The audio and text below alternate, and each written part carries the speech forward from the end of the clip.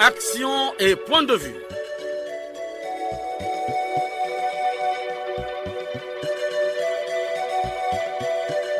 Action et point de vue. Réaction du peuple sur le développement.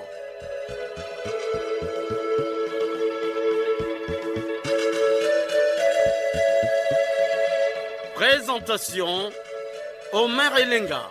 Salut fidèles auditeurs de la chaîne nationale, l'heure a sonné, les Congolais sont aux aguets. Nous sommes ensemble pendant 45 minutes pour discuter autour du thème qui fait délier les langues. Il s'agit du paiement de la dette intérieure de l'État, une dette évaluée à plusieurs milliards de francs CFA. La dette commerciale, la dette sociale mérite d'être payée pour permettre aux opérateurs économiques, aux victimes du drame du 4 mars et autres de se retrouver. À la technique, Loïs Mbou et Fred Obunga. À la réalisation, Arnaud Ipene, dans une collaboration de Davia Sangoteni. Conception et présentation, Omer Elenga. Mettez-vous à l'aise. Action et point de vue, c'est la réaction du peuple sur le développement. Radio Congo, la nation dans vos oreilles. Charman, chevalier Rogaroga, Congolais asala mapena tongo na midi na pokwa, côté ya bango, bayoka tie, tokolemba bango te.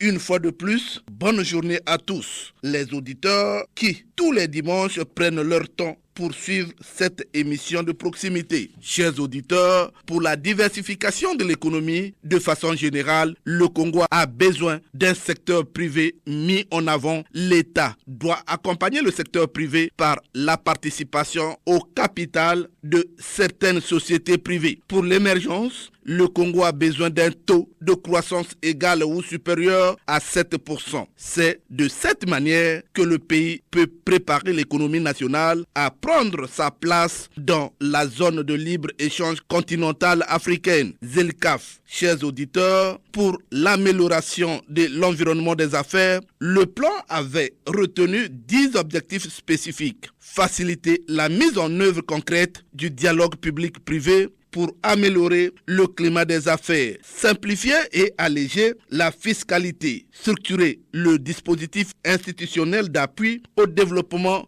du secteur privé, améliorer l'environnement juridique et judiciaire des entreprises, développer des mécanismes d'appui financier et non financier aux petites et moyennes entreprises pour un meilleur accès au crédit. Chers auditeurs, la dette intérieure de l'État, oui, la dette intérieure de l'État mérite une attention toute particulière du gouvernement de la République. Le paiement de cette dette avec cette décote suscite des réactions. C'est le cas du président du Congrès des entreprises du Congo que nous recevons dans cette production. Bonjour, monsieur le président. Bonjour, monsieur Omer Elenga. Présentez-vous. Je suis Paul Nestor Mwandibindinga, président du Congrès des chefs d'entreprise du Congo. Alors, monsieur le président, depuis un certain temps, le gouvernement a organisé le paiement de cette dette avec les modifications, avec le décret du président de la République. Alors, est-ce que cette manière d'organiser ce paiement va à l'encontre de ce que vous avez décidé tous ensemble?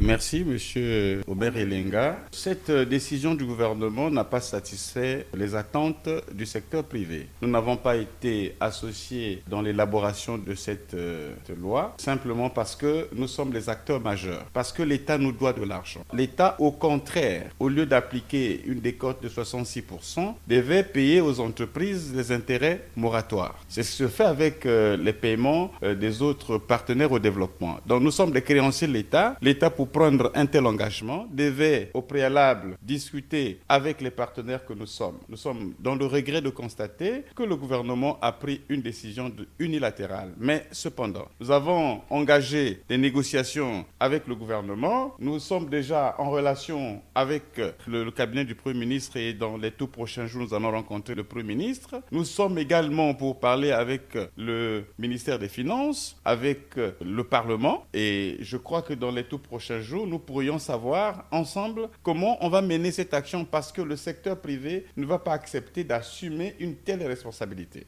Pour l'instant, nous sommes dans le regret de constater que le gouvernement ne respecte pas ses engagements vis-à-vis des entreprises, des principaux créanciers de l'État, ce qui n'est pas d'ailleurs normal. C'est pour cela que nous, en tant qu'organisation responsable, notamment le Congrès des chefs d'entreprise du Congo, le COPECO et la COGEPACO, avons décidé d'engager des pourparlers, des négociations avec le gouvernement afin que toutes ces questions pendantes partant des programmations, de l'emprunt obligataire, du club de Brazzaville, des dossiers de 2022 audités, toutes ces situations soient vues ensemble avec le gouvernement. Et vous savez, il y a des gens qui ont été audités, les audits ne sont pas publiés. Donc toutes ces questions font partie de notre cahier de charges. Et c'est pour cela qu'en tant qu'organisation responsable, nous avons engagé des pourparlers avec le gouvernement afin qu'une solution idoine soit trouvée. Ce qui n'est d'ailleurs pas normal. Il y a lieu de remettre en cause la signature de certaines autorités de la République, notamment la DGCB, qui contrôle le dossier. Malheureusement, quand il a contrôlé, ce même dossier est renvoyé pour un audit. Nous, on n'est pas un syndicat de va-t-en-guerre. On travaille dans un environnement économique et politique stable et nous vous aimerions que les pouvoirs publics nous écoutent, mais dans un dialogue direct, sans mettre les gants. Je pense que les opérateurs économiques, ceux qui iront à la caisse pour commencer à prendre de l'argent, c'est leur affaire. Nous pensons que nous devons d'abord épuiser les négociations avec le gouvernement afin que les opérateurs soient payés conformément au code des marchés publics. Président, votre dernier. Mon dernier mot, c'est de demander aux chefs d'entreprise, d'abord de notre corporation, de faire confiance à leurs organisations patronales qui sont regroupées autour de 3 syndicats patronaux et la Chambre de commerce, qui œuvrent avec toute responsabilité à la recherche des solutions afin que finalement, avec les pouvoirs publics, nous puissions trouver une solution qui apaise les deux parties. Merci, Monsieur le Président, de nous avoir reçus à cette émission. À présent, je vous invite à écouter les opérateurs économiques. Ils vont se présenter tour à tour. Je suis M. Basile Poumonka, le premier vice-président de la COGEPACO. Mais nous portons vraiment ce regret parce que à voir comment l'État congolais entreprend cette organisation, cette manière d'éponger la dette, ça ne nous satisfait pas dans la mesure où le Congo compte sur le secteur privé, soit l'acteur économique, le chef d'entreprise. Mais à ce chef d'entreprise-là, à qui vous devez par exemple 30 millions et que vous lui dites on te paye 10 millions, les 20 millions qui restent là, il y a une décote de 66% et qu'on doit te payer cela pendant 3 ans. Même pour vous-même, M.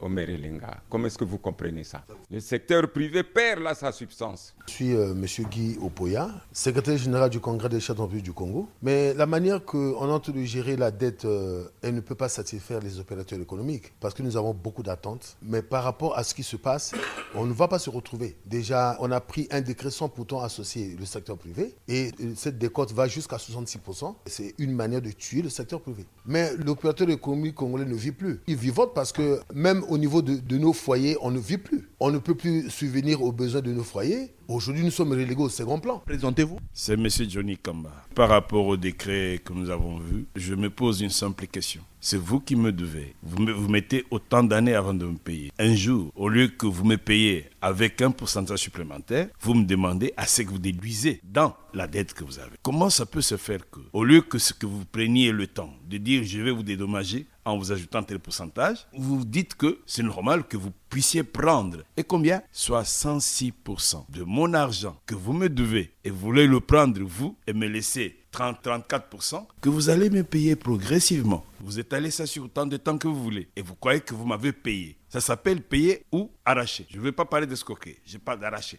Non, je crois qu'il y a quelque chose qui ne va pas. Quand vous devez à quelqu'un, après autant de temps, c'est à vous d'ajouter quelque chose de supplémentaire pour l'aider à récupérer. Un autre opérateur économique réagit sur le paiement de cette dette commerciale. Blaise Célestin Monzimba. On parle du paiement de la dette commerciale intérieure, mais jusque-là, il n'y a pas du concret. Et même là, par rapport au dernier décret signé le 19 septembre, même si vous n'êtes pas commerçant, on vous paye une facture de 100 millions, l'État récupère 66 millions. On ne sait pas pourquoi l'État récupère 66%. Et les 34 millions qui restent, on vous paye ça en 2 ans, c'est-à-dire 2024 et 2025. Et là, un opérateur peut relancer ses affaires, un opérateur peut relancer l'économie du pays, alors qu'on dit que non, ce sont les opérateurs. Nous embauchons plus que la fonction publique.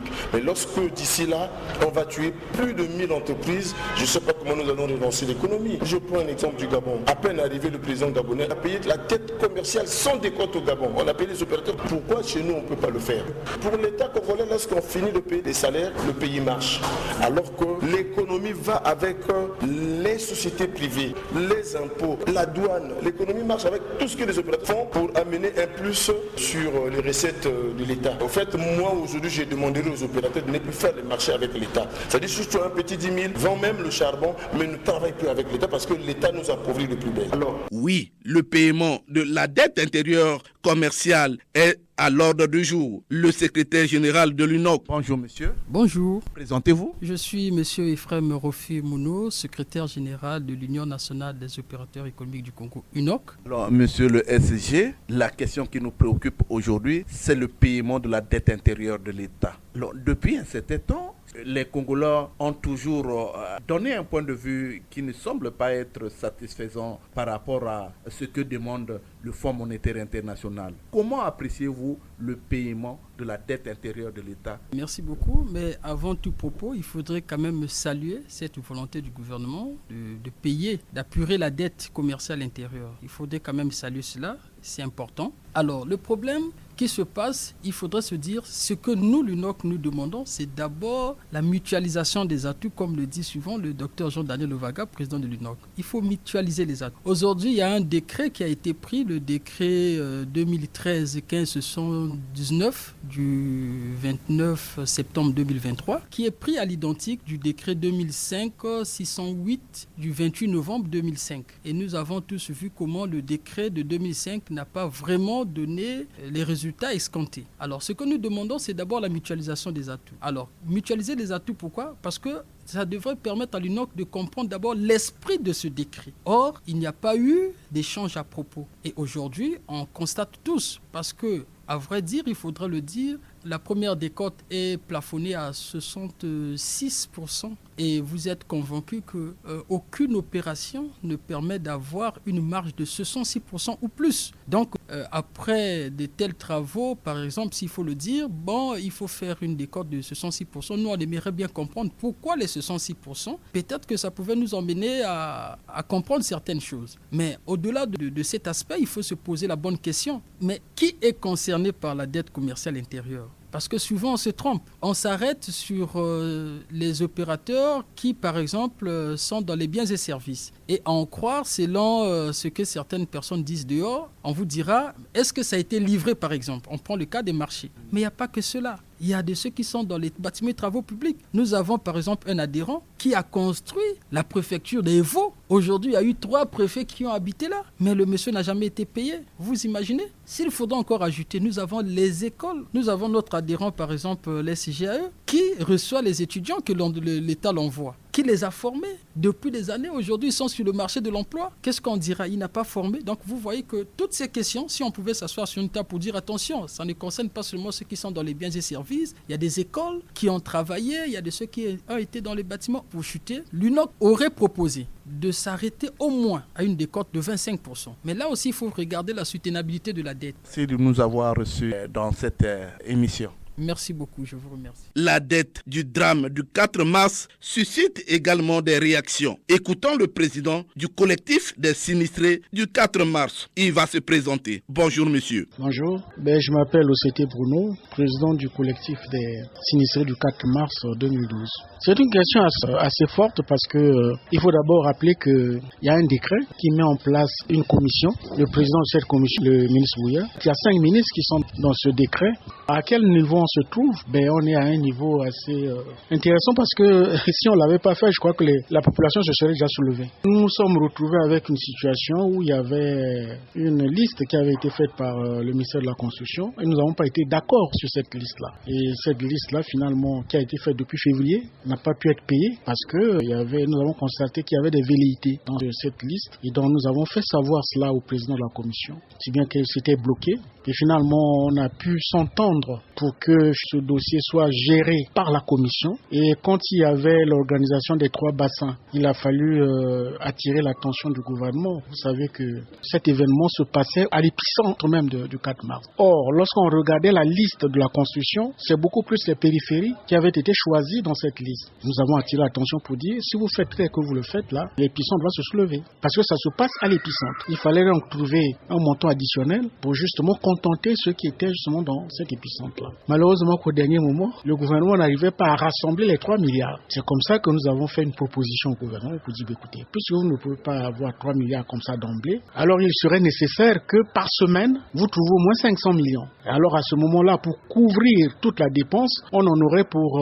6 semaines. Donc par semaine, l'État devrait s'arranger à trouver 500 millions. Et ça nous permettait d'abord de placarder 2600 personnes qui étaient choisies sur les 2 listes. Après, faire maintenant les programmations hebdomadaires en fonction de la cagnotte qui devait être mise en place à la disposition de la CCA. Donc de l'ordre de 500 millions, comme je vous ai dit. Et finalement, le gouvernement a été d'accord et c'est ce qui a commencé à se faire. Et pourtant, le président de la République, Denis Sassou Nguesso, s'était exprimé sur la dette intérieure. Écoutons Denis Sassou Nguesso, c'était lors de son discours sur l'état de la nation. Sur le plan économique et financier, le 21 janvier 2022, par le gouvernement et le Fonds monétaire international, du programme appuyé par la facilité élargie de crédit pour la période triennale 2022-2024, contribue à la relance de l'économie nationale et augure des perspectives encourageantes.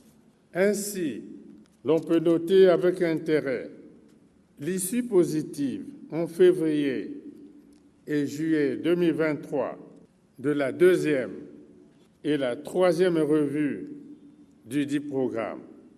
Nous sommes en voie de passer la 4e revue que nous espérons avec succès. La reprise économique se poursuit et se confirme, malgré un environnement économique mondial marqué par la montée de plusieurs incertitudes. La croissance économique devrait s'établir à 4% en 2023, après un taux de 1,7% en 2022.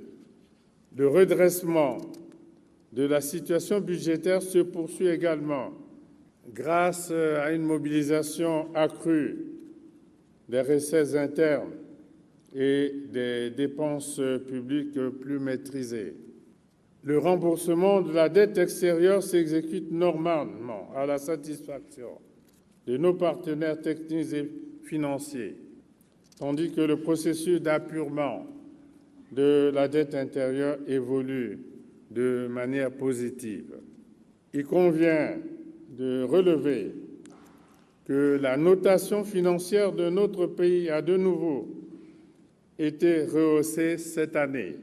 Ce résultat découle des efforts consentis par le gouvernement dans le cadre de la consolidation de nos finances publiques. Sur la question, Mathias Ndjon, une figure de l'opposition, réagit. Une crise économique et financière aiguë et persistante, aggravée par la non-diversification de l'économie et une gouvernance financière opaque et prédatrice. Un taux d'endettement insoutenable, plus de 100% du PIB, alors que le taux exigé est de 70% au maximum.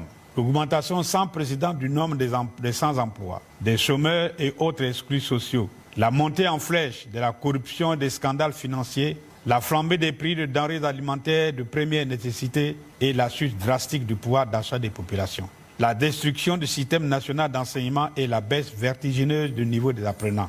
Le très faible accès des populations aux services sociaux de base. Le délabrement total des moyens de transport en commun, CEPCO, transport urbain, routier, fluviaux, aérien. L'aggravation de la paupérisation des populations, notamment en raison de l'absence d'une véritable politique économique et du non-paiement des arriérés et arrérages, des pensions de retraite, des bourses des arriérés et des bourses des étudiants, des arriérés de salaire des fonctionnaires émargeant au budget du transfert des indemnités des anciens travailleurs des entreprises publiques liquidées, des indemnités des victimes de tragédies du 4 mars 2012, de Mvugouti, etc.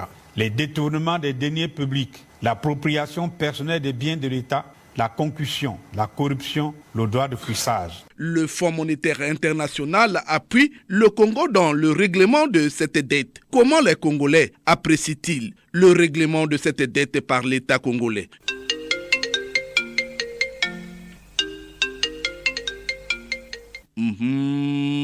Le téléphone sonne, les Congolais ont soif, les langues se délient. Un auditeur est en ligne. Allô? Bonjour, Radio Congo. Oui, vous êtes en direct sur la chaîne nationale. Oui? Je suis Dengo Bernard Kaniokwa, je appelle de Brazzaville. Bernard Kaniokwa, vous êtes en direct sur la chaîne nationale. Votre réaction? Omer Elenga, devant le Parlement, le ministre des Finances disait qu'il devait payer les bourses des étudiants, les pensions des retraités, la dette intérieure des opérateurs économiques qui ont bien fait le travail. Qui alors a bloqué ce paiement pendant que le chef de l'État ne cesse de dire que l'on paye la dette intérieure avec le concours de la Banque mondiale et le FMI. La surprise est grande quand jusqu'au jour d'aujourd'hui, les amis du 4 mars, j'entends par là les citoyens de Wende Talangaï et une partie de Mongali, même de Podopoto, continuent à errer ça et là en demandant la paix de leurs habitations détruites, de leur matériel détruit. Les étudiants, il y en a qui sont en Master 2 depuis la première année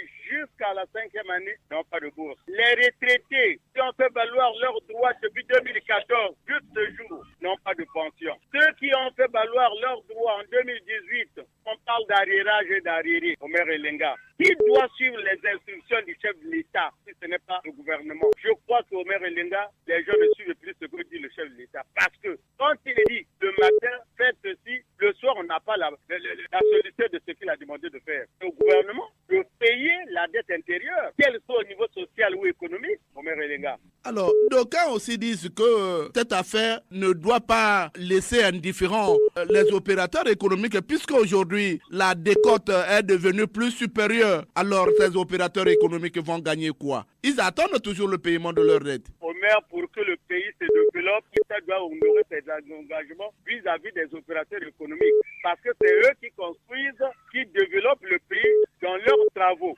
L'aménagement des villes de Brazzaville, le Port-Noir et les autres villes secondaires, ce sont les opérateurs économiques qui en font. Les retraités qui ont fait valoir ont servi loyalement ce pays. Lorsqu'ils traînent 25 mois d'arriérage et d'arriéré sans être payés, le président de la République, après les douloureux événements du 5 juin, en 98-99, avait payé 27 mois d'arriéré dans ce pays. Qui bloque le paiement de ces arriérés et arriérages? Pendant que le président ne cesse de demander qu'on paye. Quand on a construit des hôpitaux, quand on a construit les écoles, les enfants vont dans ces écoles-là. On soigne les malades dans les hôpitaux construits. Et lorsqu'on ne paye pas, l'opérateur économique congolais peut-il encore continuer à travailler? Non, Omer Elenga. Il ne faut pas chercher des syndicalistes là où il n'en faut pas. Je termine en disant merci aux producteurs, aux journalistes, aux producteurs de l'émission, aux techniciens, au DG Modeste Elenga et au ministre Eri Mongala qui ne sait de nous donner cet espoir pour nous exprimer. À très bientôt. Merci Bernard. Un autre auditeur est en ligne. Allô? Allô? Allô, bonjour. Bonjour, monsieur le maire. Alors, comment vous appelez déjà? Prononcez-vous. Vous nous appelez d'où? Gilles Mesmer depuis Pointe-Noire. Gilles Mesmer, vous êtes en direct sur la chaîne nationale. Je vous écoute. Monsieur le maire, lorsque le premier ministre Anatole Makoto avait présenté les 12 batailles comme un moyen de développement de notre pays, les Congolais du Nord, de l'Est à l'Ouest, avaient l'espoir de s'attendre et s'attendaient à de bonnes choses. Mais hélas, cette dette qui a pour nom la mauvaise gestion, la gabegie, l'impunité, le manque de rigueur dans notre pays indispose beaucoup. Omer, où sont passés les 1045 milliards donnés par la FMI? Par les qui? 300 milliards club de Brazzaville, les 14 000 milliards de futures générations, l'argent de la COVID-19 dont on a vu les commerçants envahir les rues et les marchés des grandes villes du pays. Omer, tout l'argent que les organismes nous donnent là pour cette fameuse dette dont on ne connaît pas le montant réel était bien géré, elle allait déjà trouver la solution à plus de la moitié ou plus. Depuis le premier ministre Destin Clément Mwamba, on nous disait qu'on était sur le point de sortir du tunnel. À quand alors, monsieur le maire, nous allons sortir de ce tunnel? Même si les retraités sont pour les hommes politiques, les serpents sont venants, on ne peut pas garder les pauvres avec 40 mois d'arriérés, 3 ans et 4 mois. Les étudiants, les enseignants attendent désespérément leur retour. On va s'endetter au nom de la dette intérieure et quand l'argent arrive, on change de chapitre. Omer, un père de famille qui peut voir un bailleur qui prend l'argent pour préparer la rentrée de ses enfants. Et quand il amène l'argent là, il fait autre chose. Est-ce que c'est un bon père? Omer, vous savez, une épine sous les pieds dérange beaucoup. Ici, nos gouvernants ne sentent pas cette épine sur leurs pieds parce que le peuple ne les intéresse pas. Nous demandons à Papa Sassou comment il avait fait payer les arriérés des fonctionnaires après la guerre alors que le pays était dévasté. Qu'il fasse autant pour payer les nombreux Congolais qui attendent désespérément leurs arriérés, sans parler des arriérages qu'il faut laisser les plumes à la CCA ou au Trésor. Oh, monsieur le maire, nous n'avons pas d'espoir que, et nous ne croyons pas que vraiment cette dette soit le signe sur les pieds de ce gouvernement Anatole Colonel Makosso. Ils nous font seulement des promesses, ils ne réalisent pas leurs promesses. Bon attendeur, salut. Bon dimanche au club d'écoute, l'écoute Roland Bassan. Bonne santé à vous et à toute votre équipe technique. Bon dimanche, monsieur Omer. Merci, Jules Messime. Allô? Bonjour, monsieur Omer Elenga. Bonjour, comment vous appelez déjà? Vous nous appelez d'où? Jean-Marie Makaya, depuis Pointe-Noire. Jean-Marie Makaya, toujours fidèle à cette émission. Aujourd'hui, nous parlons du paiement de la dette intérieure de l'État. Alors, le FMI a bel et bien donné l'autorisation pour que le gouvernement congolais puisse payer la dette intérieure de l'État. Est-ce que ça a évolué normalement? Monsieur Omer Elenga, je crois que c'est un engagement qui a été pris.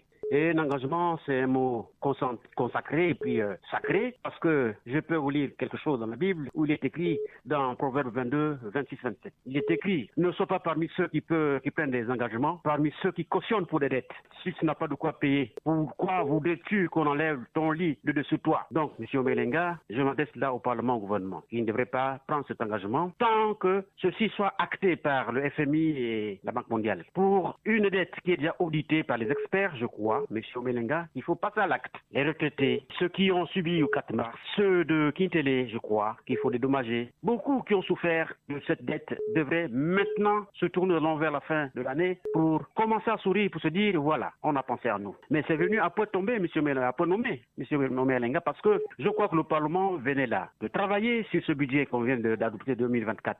Je crois que les lignes sont ouvertes et c'est l'occasion ou jamais que cette dette soit prise en compte pour assouvir la soif de tous ceux qui attendent cela, les retraités et ceux qui ont subi le 4 mars et pourquoi pas ceux qui télé. Monsieur Omer Elenga, je crois que c'est cela. Donc il est temps maintenant de faire retrocéder de l'argent à ceux qui attendent leur argent à Kintélé là. C'est pour cela même que le sport aujourd'hui, le football congolais est en deçà. Je crois que si on pouvait se débarrasser de ça, c'est sûr que demain, le football va prendre l'envol. Jean-Marie Makaya, c'est de lui qu'il s'agit. Je vous dis merci. Merci beaucoup, monsieur Omer Elenga. Merci beaucoup et bon dimanche à vous. Oui, allô? Bonjour.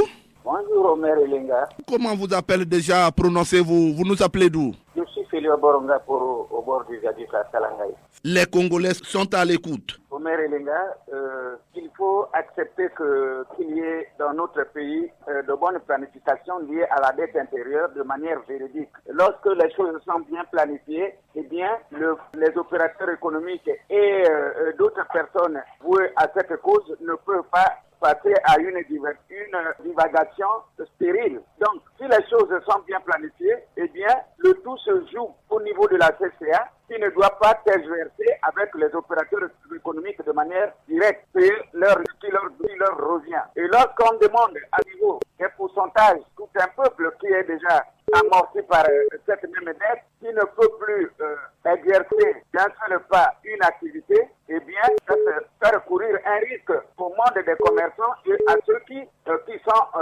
mis aux arrêts par cette dette intérieure.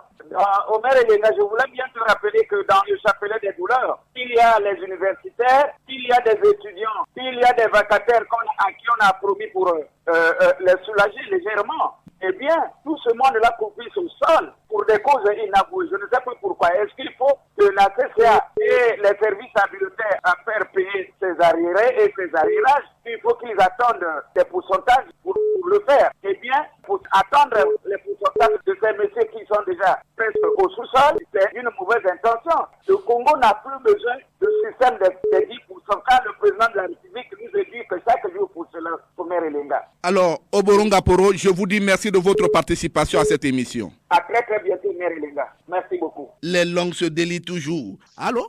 Bonjour, monsieur Omer. Bonjour, comment vous appelez déjà? Vous nous appelez d'où? Monsieur Fortuné, Wesso. Vous êtes en direct sur la chaîne nationale. Votre réaction? Monsieur Omer, aujourd'hui c'est une difficulté pour le gouvernement congolais. Cette mesure n'est pas suivie à la lettre parce que les mesures ne semblent pas être appliquées par le gouvernement congolais. Mais ils avaient déjà tenu pour dire qu'on va payer la dette intérieure. Maintenant, ce qui se passe aujourd'hui, monsieur Omer, les gens ont profité de la guerre de l'Ukraine pour avoir beaucoup d'argent au Congo.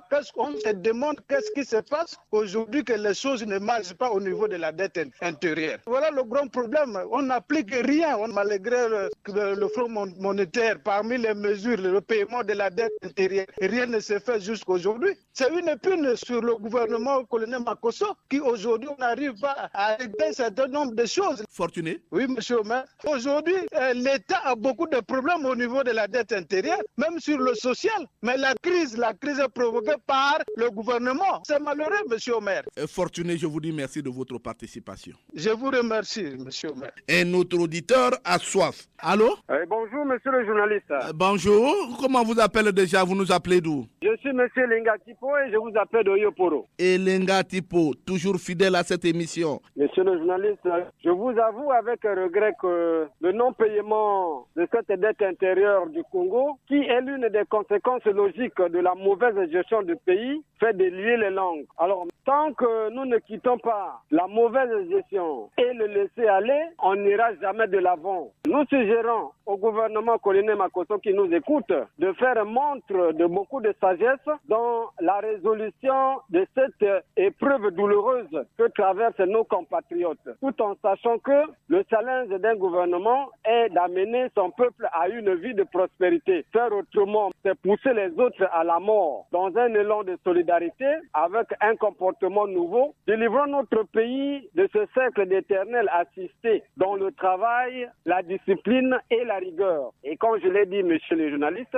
j'en ai terminé et bon vent à notre mission. Merci beaucoup. Merci et Elenga Atipo. Allô? Allô? Bonjour. Bonjour, monsieur Omer. Comment vous appelez déjà? Vous nous appelez d'où? C'est madame Audrey, je vous appelle de Diata. Madame Audrey, je suis à l'écoute. Ah, monsieur Omer, la FMI a donné les ordres, mais quand nous regardons, pratiquement rien n'est fait. Les dettes sont encore là. Les gens continuent à se plaindre, les retraités, tout consort. Les gens continuent à se plaindre. La dette du 4 mars, leur habitation détruite. L'État avait pris l'engagement pour les payer, mais jusqu'alors, il y a un rythme de paiement qui fait délier les langues. Et s'ils avaient payé normalement, on ne devait plus écouter les pleurs des gens. Les gens se plaignent. Les gens de 4 mars, une partie a été payée, les autres ne sont pas encore payés jusqu'à aujourd'hui. Ça ne fait combien de ans? Ça ne se fait pas, ça. Vous êtes en partie. Madame Audrey, je vous dis merci de votre participation. C'est moi qui vous remercie, l'anglais de l'émission.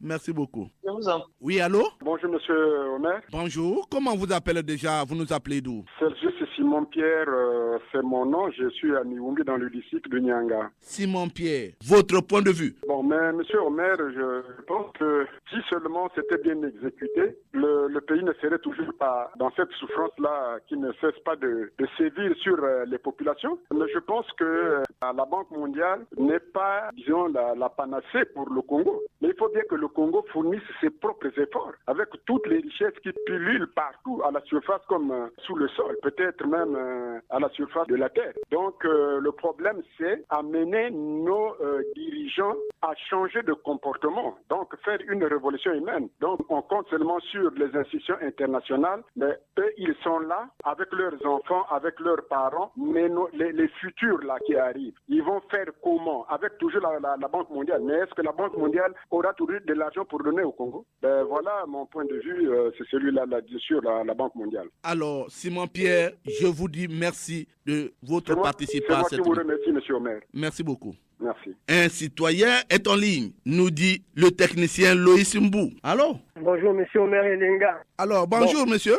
Comment vous appelez déjà? Je m'appelle Jean-Marie Ndongo. Jean-Marie Ndongo, vous nous appelez de quel village? De Lombo. Vous appelez de Lombo. Que dites-vous au sujet du paiement de la dette intérieure de l'État? Monsieur Omer Elenga, merci. Je sais que notre État ou notre gouvernement n'est pas responsable. Alors? Je vous écoute. Oui, je dis que notre gouvernement n'agit pas comme un État responsable. L'État n'est pas responsable. Pourquoi? Parce qu'il ne réagit pas à temps opportun, et qu'il décide. Nous avons des arriérés, nous avons beaucoup de choses. La dette intérieure, c'est une dette qu'on doit payer. Les gens sont en train de souffrir au vu aussi de tout le monde. Ils regardent, ils sortent des décrets, des notes, qui ne réagissent pas pour payer cette dette-là. Il faut exprès. C'est pas l'argent qui manque à l'État congolais. Donc il faut exprès de ne pas payer. Par exemple, le 4 mars, là où il y avait eu des émeutes, il y a eu une partie de gens qui sont dans les bonnes conditions et d'autres parties, les gens ne sont pas en bonnes conditions. On peut ça, c'est quelle injustice dans un pays comme ça là. Si nous voyons bien aujourd'hui les arriérés et les arriérés ne se payent pas, pourquoi? C'est pas le manque d'argent. Donc ils ne prennent pas au sérieux. Oui. C'est pas l'argent qui manque. Oui, c'est pas l'argent qui manque. Jean-Marie Ndongo. Oui. Je vous dis merci de votre participation. Moi, je vous remercie également parce que c'est vous qui essayez de nous inviter à participer à la gestion congolaise. Nous sommes là, on les oriente aussi. Merci Jean-Marie Ndongo. De Pointe-Noire, la ville océane, un auditeur a soif. Allô? Oui, allô? Allô, bonjour. Oui, bonjour. Comment vous appelez déjà? Je suis monsieur Emmanuel Massé, j'appelle de Pointe-Noire. Votre réaction? Bon, le paiement de la dette laisse perplexe beaucoup de citoyens. Moi, personnellement, et bien d'autres, nous observons ce que fait le gouvernement. Mais comme c'est une recommandation des organisations de Bretton Woods, le gouvernement se trouve là devant un passage obligé. Quel que soit quoi, quels que soient les dribbles, quelles que soient les bonnes passes, et il sera obligé de payer cette dette. Ça, c'est une première observation. La seconde est que le gouvernement n'avait peut-être pas la volonté de payer, mais le temps l'oblige de le regarder ce dossier-là en face. Et puis, c'est ce qui est regrettable, monsieur le journaliste. Moi, personnellement, lorsque je veux prendre de l'argent avec intérêt auprès d'un usurier ou d'un bailleur de fonds, mes enfants ne sont pas contents. Pourquoi? Parce que le niveau de vie de la famille change et baisse. Et lorsqu'on paye une dette par une dette, ça veut dire que ce gouvernement est dans un vase clos. Alors, le chemin de l'avenir paraît comme un chemin sans issue. Et quand on parle de la dette, je suis pas personnellement victime, doublement. Pourquoi? Parce qu'entre-temps, j'avais attrapé mes 2 parcelles à Phosphate là d'Olivier. Le dossier auprès du ministre d'État, son triant ministre d'État, Pierre Mabiala, on nous a exproprié les parcelles. Il y a un silence absurde et opaque entre le ministre d'État, les Chinois de Phosphate et nous les victimes. Monsieur le journaliste, c'est regrettable parce que ceux qui nous dirigent n'ont peur de personne. Autrement dit, s'ils étaient un peu apeurés quelque part, il faut se dire attention, là on peut franchir, mais ici n'essayons pas. Voilà la situation devant laquelle se trouve le pays. Alors, Emmanuel Massé, je vous dis merci de votre participation. Merci beaucoup. Les Congolais ont toujours soif. Allô? Allô, bonjour. Bonjour, monsieur Omer Lenga, c'est Anissé Faustin depuis Ouesso. Anissé Faustin, toujours fidèle à cette émission. Alors, que dites-vous? En tout cas, monsieur Omer Lenga, je tiens à vous féliciter pour les thèmes que vous soulevez. Ce sont des thèmes vraiment pertinents. Voyez-vous, dans un pays où les gens prennent conscience de leurs responsabilités, cela ne devait pas se passer ainsi. Imaginez-vous, lorsqu'on a dilapidé 9 milliards de retraités, qu'est-ce qu'on en a dit? On n'a rien dit jusqu'à présent. Et aujourd'hui, il y a 39 mois d'arriérés de pension qui équivalent à 3 ans d'arriérés. Un citoyen qui a 3 ans, il ne touche pas sa pension. Est-ce qu'il vit? Est-ce que les autorités prennent conscience de sa vie? Il y a déjà beaucoup qui sont morts, voyez-vous? Mais aujourd'hui, qu'est-ce qu'on nous dit? Hier, on disait, bon, on va payer les arriérés, les arriérages, cela, on n'a rien dit. En fin de l'année 2022, il nous a été dit, à partir de l'année 2023, lorsqu'on va payer un mois de pension, on va ajouter un mois d'arriérés. Nous sommes en décembre. Qu'est-ce qui s'est passé? Alors, Anissé Faustin, je vous dis merci. Je vous dis merci de votre participation. Je vous remercie infiniment, M. Omer Lenga. Continuez dans votre émission. Mais 1h30, 45 minutes, c'est peu, hein? Vraiment. 45, vraiment, il faut 1 heure. Merci. Merci beaucoup. Allô? Allô? Bonjour. Bonjour. Comment vous appelez déjà? Vous nous appelez d'où? J'appelle de Brazzaville, c'est M. Lengo Lonzo Bozola. Oh, Lonzo Bozola, vous êtes en direct sur la chaîne nationale. Je vous écoute.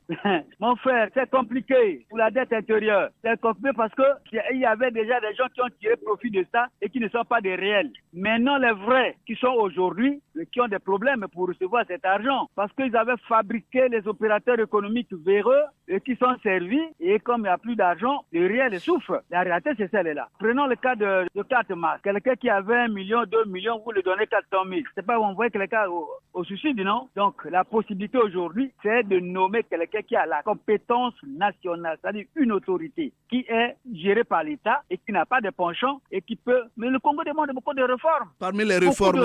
Beaucoup de réformes. Pourquoi? Parce que tous les jours, les dettes là sont rachetées. Le ministre des Finances et du Budget était passé là, à peine là, non? Il a dit qu'on va en avoir racheté. Mais pour donner même le montant exact de la dette intérieure, il a balbutié. Donc, c'est pas possible, le Congo. Donc, c'est très compliqué. Il faut des réformes. Il faut avoir le vrai genre. Olonzo Bonzola, je vous dis merci de votre participation à cette émission. Merci. Allô? Oui, bonjour, monsieur Omer. Bonjour, vous nous appelez d'où? Je vous appelle depuis Madingu, Omer Elenga. C'est Jean-Blaise Pionda? Oui. Que dites-vous au sujet du paiement de la dette intérieure de l'État? Oui, la dette intérieure de l'État, Omer Elenga, le gouvernement a toujours pensé programmer, payer les opérateurs économiques, mais il n'a jamais fait. Omer Elenga, moi, à mon avis, tant que les finances publiques ne seront pas assainies au niveau du gouvernement, ça sera difficile de payer la dette intérieure. Aujourd'hui, beaucoup d'opérateurs économiques ont laissé l'argent au niveau de la CCA. Djibril Bopaka est parti, il a laissé cette dette. Enfin, quand on est né, on est toujours appelé à mourir. L'État doit beaucoup d'argent sur les opérateurs économiques, mais les opérateurs véreux continuent toujours à prendre l'argent de l'État et ne rien faire avec l'argent de l'État. C'est pourquoi, M. Omer Elenga, tant que le gouvernement ne peut pas commencer à frapper tous les opérateurs véreux, ils vont continuer à payer la dette intérieure auprès de ceux qui ne sont pas opérateurs économiques, des vrais opérateurs économiques. Parce qu'il y a des opérateurs économiques véreux, Omer Elenga. Oui, c'est pas ce qui manque. Merci beaucoup, Jean-Blaise Pionda. Merci, monsieur Omer. Terminons ces appels avec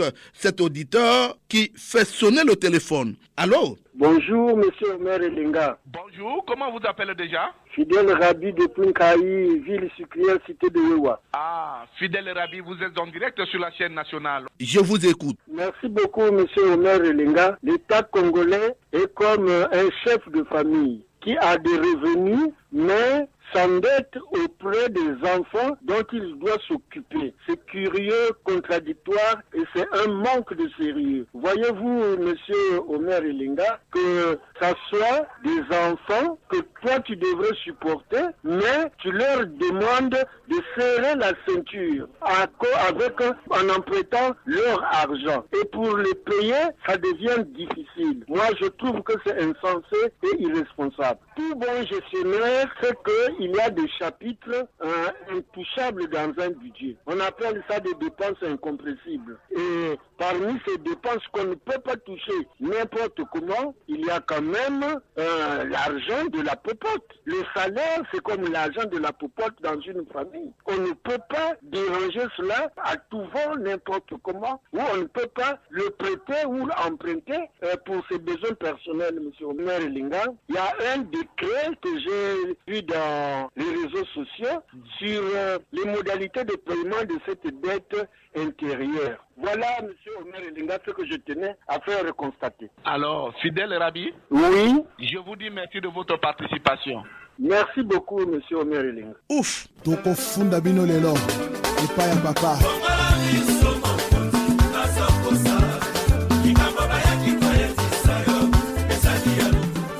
Les Congolais se sont exprimés au téléphone, une manière pour eux de participer à la gestion de la dette intérieure de l'État. Le Congolais lambda attend son tour. On écoute. Les réactions du citoyen lambda sont langue de bois. Lorsque nous parlons de la dette intérieure, la manière dont elle est payée, s'il faut aller droit au but, est-ce qu'elle satisfait aux Congolais ou pas, particulièrement ceux qui sont concernés? Je ne pense pas. Parce que si l'État vous doit peut-être 10 millions, bon, on vous appelle pour vous donner peut-être 500 000.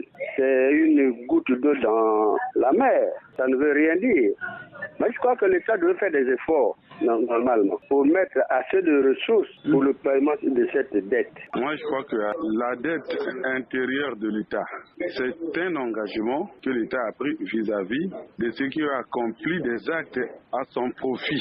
Mais il est arrivé un moment où il ne pouvait plus faire face à ses engagements, d'où les dettes accumulées. Alors, j'ai souvent l'habitude de plaisanter avec les gens, dire que même le Fonds monétaire international, lui-même le FMI, la Banque mondiale et autres sont eux débiteurs, c'est-à-dire qu'ils doivent de l'argent aussi à des structures ou à des entreprises ou à des personnes. La contracter, mais c'est d'abord accepter son existence puis accepter de la payer, peu importe l'échéance. Quelqu'un qui vous doit 1 million, même si vous avance 100 fois, il dit qu'il va payer le reste petit à petit. L'essentiel, c'est l'accord de principe sur le paiement et le respect des échéances. Il s'agit là d'une fiche directe. Servez-vous de cette fiche pour rectifier le tir. Le règlement de cette dette, qui est un processus, demande que soient bannis les comportements déviants. Pensez aux autres pour le paiement des arriérés et arrérages, le règlement définitif de la dette des victimes du 4 mars, les rappels de solde et indemnités de fin de carrière de la dette des opérateurs économiques pour que le Congo soit libéré. C'est la fin de cette production. Était à la technique Loïs Mbou et Fred Obunga. Arnaud Ipene a réalisé cette production dans une collaboration de David Sangoteni. Omer Elenga, c'est moi. Réagissez en appelant au numéro 06 663 15 41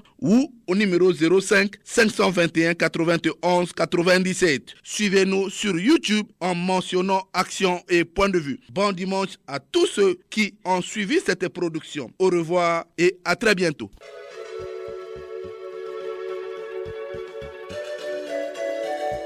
C'était Action et Point de Vue, Omer Elenga.